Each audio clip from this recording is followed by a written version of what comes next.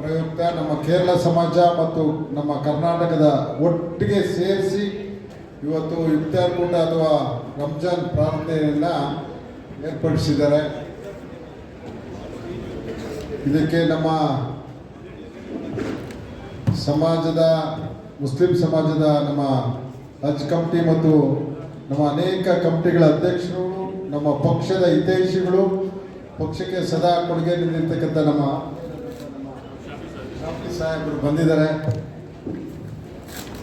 ವಿಶೇಷ ಇವತ್ತು ಒಂದು ತಿಂಗಳು ನಾವು ರಂಜಾನ್ ಹಬ್ಬವನ್ನು ದೇವರಿಗೆ ಭಕ್ತಿಪೂರ್ವಕ ಅಲ್ಲಾ ಸಾಹಿಬಿಗೆ ನಾವು ಉಪವಾಸ ಮಾಡೋದ್ರ ಮೂಲಕ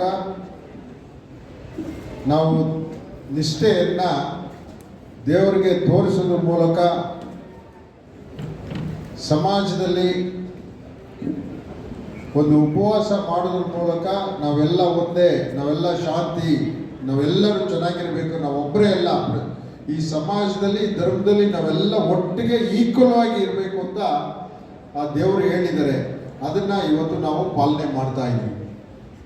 ಉಪವಾಸ ಮಾಡೋದು ಏನಪ್ಪ ಅಂದರೆ ನಮ್ಮ ಶಕ್ತಿಯನ್ನು ತೋರಿಸೋದು, ಆ ದೇವರಿಗೆ ಭಕ್ತಿಯನ್ನು ತೋರಿಸೋದು ಇದೆ. ಇವತ್ತು ನಮ್ಮ ಮುಸಲ್ಮಾನ್ ಬಾಂಧವರು ಇಷ್ಟು ಭಕ್ತಿಪೂರ್ವಕವಾಗಿ ಈ ಒಂದು ತಿಂಗಳು, ಈಗ ನನಗೂ ಅನಿಸ್ತದೆ ಇವತ್ತು ನಾವು ಉಪವಾಸನೇ ಇದ್ದೀನಿ, ನಮಗೂ ಊಟ ಮಾಡಲಿಕ್ಕೆ ಮನಸ್ಸೇ ಬರಲಿಲ್ಲ. ಈಗ 6 ಗಂಟೆಯಲ್ಲಿ ನಾವು ಫ್ರೂಟ್ ತಿಂದಿದ್ದೀವಿ ಅಂದರೆ ನಿಮ್ಮ ಜೊತೆಯಲ್ಲಿ ಇದ್ದರೆ ನಮಗೂ ಆ ಫೀಲಿಂಗ್ ಬಂದ್ಬಿಡ್ತದೆ. ಆ ದೇವರು ಅದನ್ನು ಹೇಳ್ಕೊಟ್ಟಿದ್ದಾರೆ. ನಾನು ಆ ಅಲ್ಲಾ ದೇವರ ಹತ್ರ ಪ್ರಾರ್ಥನೆ ಮಾಡೋದು ನಿಮ್ಗೆ ಇನ್ನೂ ಶಕ್ತಿ ಕೊಡಲಿ.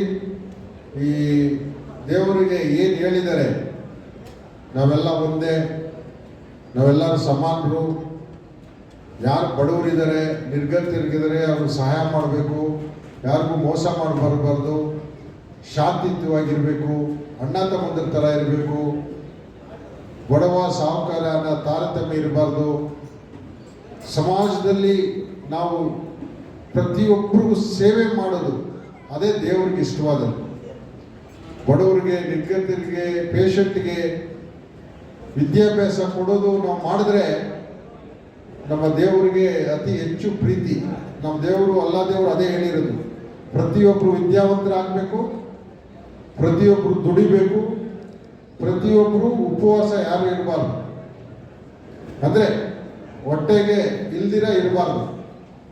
ಆ ಥರ ನೀವು ಈಕ್ವಲ್ ಆಗಿ ನಮ್ಮ ಜನ ಇದ್ದರೆ ನಮ್ಮ ದೇವರಿಗೆ ಖುಷಿ, ಅವ್ರಿಗೆ ನೆಮ್ಮದಿ. ಅದನ್ನು ಈ ರಂಜಾನ್ ಹಬ್ಬ ತೋರಿಸ್ತದೆ ಅಂತ ಹೇಳ್ತಾ ಇವತ್ತು ನನಗೆ ನಿಮ್ಮನ್ನೆಲ್ಲ ಮಾತಾಡಲಿಕ್ಕೆ ಅವಕಾಶ ಕೊಟ್ಟ ಉಸ್ಮಾನ್ ಸಾಹೇಬ್ರಿಗೂ ನಾನು ಒಂದ್ಸಲ ಎಲ್ಲರಿಗೂ ನಾನು ಸಲಾಂ ಅಲೈಕುಂ ಅಂತ ಹೇಳಿ ನನ್ನ ಪ್ರಾರ್ಥನೆ ಮುಗಿಸ್ತೇನೆ. ಈಗ ನಮ್ಮೊಂದಿಗೆ 2 ಮಾತನಾಡಿದಂತಹ